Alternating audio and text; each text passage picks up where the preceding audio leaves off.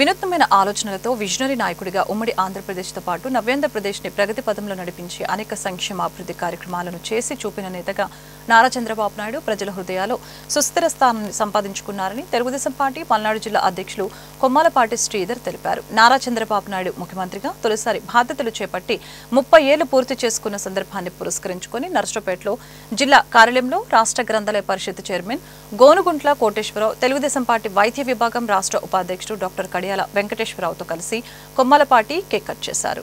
తెలుగువాడు ఏ రాష్ట్రంలో అయినా సరే కనీసం ఒకసారి ముఖ్యమంత్రి అయితే జనాలకి రెండోసారి ముఖ్యమంత్రి హోదా వస్తుందా రాదా అనే దాని మీద మనకు కనబడతా ఉంటుంది. మన మధ్య పేపర్లోనూ మీడియాలోనూ కూడా ఎలక్ట్రానిక్ మీడియా కూడా చెప్పారు. అత్యధిక రోజులు ముఖ్యమంత్రిగా పనిచేసిన వారి సంఖ్యను కూడా వేయటం కూడా జరిగింది. అప్పుడు నాకు కుతూహలంగా ఉండి ఆంధ్రప్రదేశ్లో ఎంతమంది ముఖ్యమంత్రులు చేశారు, వారి యొక్క పరిస్థితులు ఏంటి అంటే పట్టుబని ఒక 2 సంవత్సరాల ముఖ్యమంత్రి కూడా పనిచేయని వాళ్ళు చాలామంది ఉన్నారు.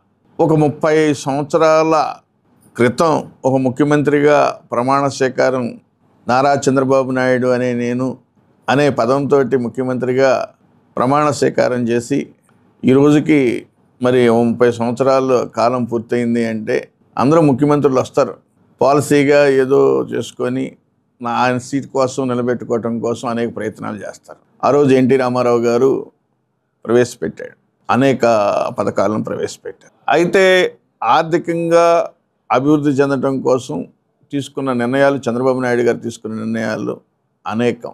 చంద్రబాబు నాయుడు గారు 1995 సెప్టెంబర్ 1వ తారీఖున కఠోరమైనటువంటి నిర్ణయం తీసుకొని రాష్ట్రం కోసం, తెలుగుదేశం పార్టీ కోసం, తెలుగు ప్రజల కోసం ఆ రోజున ఇదే రోజు ప్రమాణ స్వీకారం చేయటం.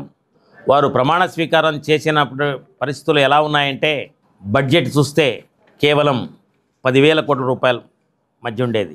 ఉద్యోగులకు జీతాలు కూడా ఇవ్వలేని పరిస్థితి. రాష్ట్రాన్ని ఏ విధంగా అభివృద్ధి చేయాలి అనే ఆలోచన ఆయనలో చాలా బలంగా ముందుకు తీసుకుపోయారు.